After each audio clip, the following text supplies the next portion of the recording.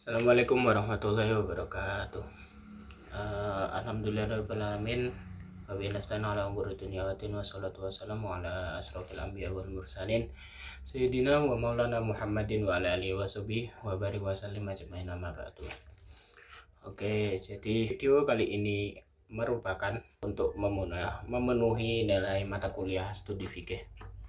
Oke, yang pertama-tama yang saya hormati Bapak Kifah Putra selaku dosen pengampu dari mata kuliah studi fikih ini. Untuk selanjutnya, perkenalkan kami dari kelompok 2. Nama saya adalah Muhammad Haidar Aramdia Ulhaq dan beserta 3 teman saya, Dwi Rizka, Erika Dwi Wiji Putri, dan satu lagi Tama Laili Maulida. Langsung saja untuk latar belakang. Yang pertama, Maqasid al-Syariah merupakan salah satu konsep terpenting dalam kajian hukum Islam. Hal ini menegaskan bahwa setiap hukum yang ditetapkan memiliki tujuan tertentu, yaitu untuk mewujudkan kebaikan dan mencegah keburukan. Inti maqasid merupakan untuk menarik manfaat dan menolak kemudaratan. Ini sesuai dengan kaidah fikih ke-19, yaitu darul mafasid aula min tolbil masolih. Oke, untuk maslahat, apa sih yang namanya maslahat? Itu merupakan konsep yang paling relevan dengan maqasid al-syariah, yaitu merupakan secara sederhana berarti sesuatu yang baik itu dapat diterima oleh akal sehat dan seluruh orang. Untuk selanjutnya merupakan definisi dari maqasid al-syariah. Ini ada 2 definisi. Yang pertama itu definisi yang secara bahasa atau lugawi, yang kedua adalah definisi istilahnya.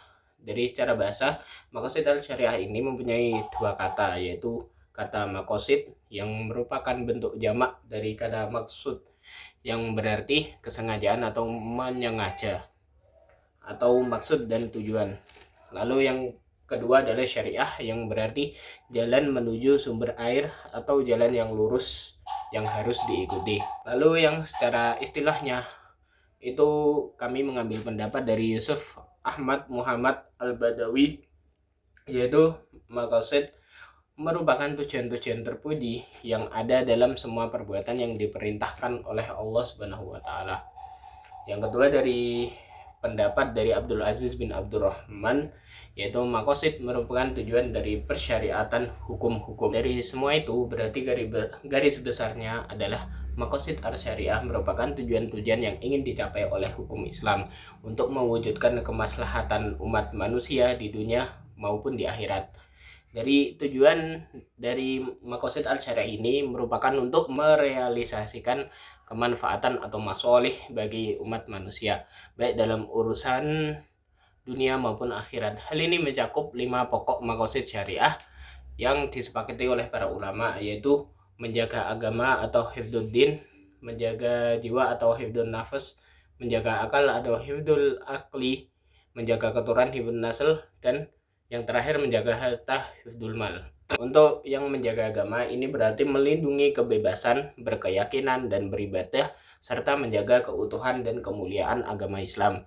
Yang kedua, menjaga jiwa berarti melindungi kehidupan manusia dan mencegah tindakan-tindakan yang dapat membahayakan jiwa atau nyawa.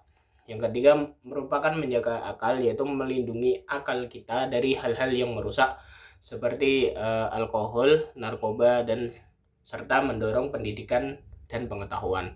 Yang keempat adalah menjaga keturunan, yaitu melindungi keluarga dari keturunan serta seperti melaksanakan pernikahan yang sah.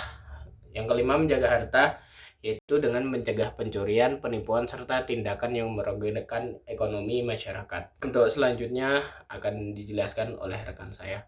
Yang selanjutnya yaitu ada uraian para ulama klasik. Nah, di sini ada 3 uraian dari ulama, yaitu yang pertama dari Izzuddin Al-Din Ibnu Abdul Assalam.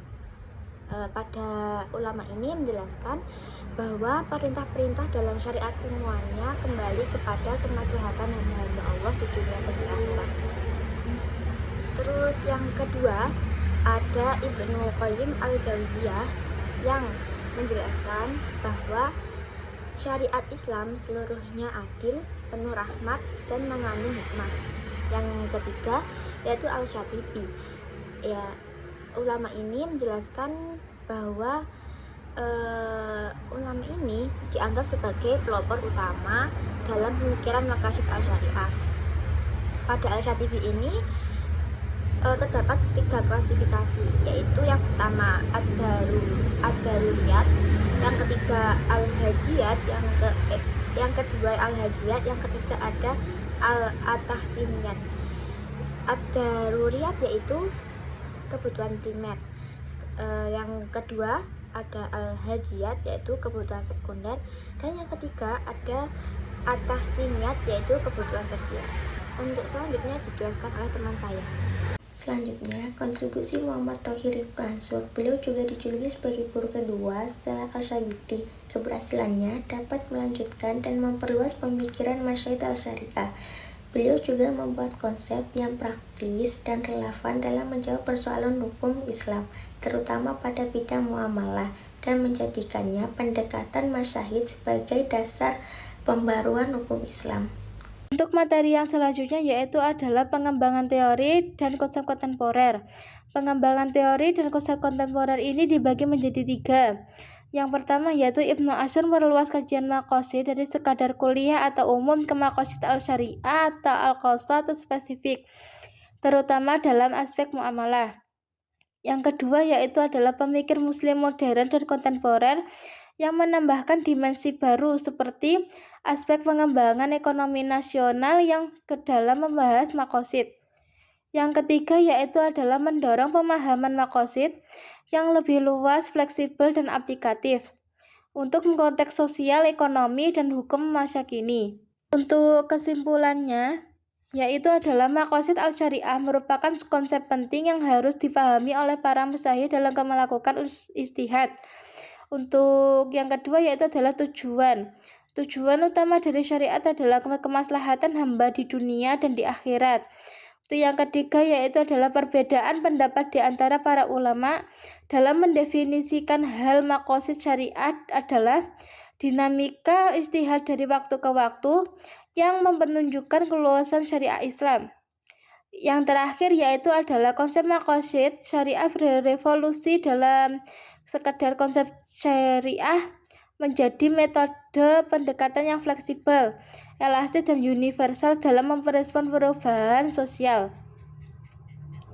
Demikian presentasi dari kelompok 2. Apabila ada kesalahan kata atau kesalahan pengucapan, mohon maaf yang sebesar-besarnya. Terima kasih. Wassalamualaikum warahmatullahi wabarakatuh.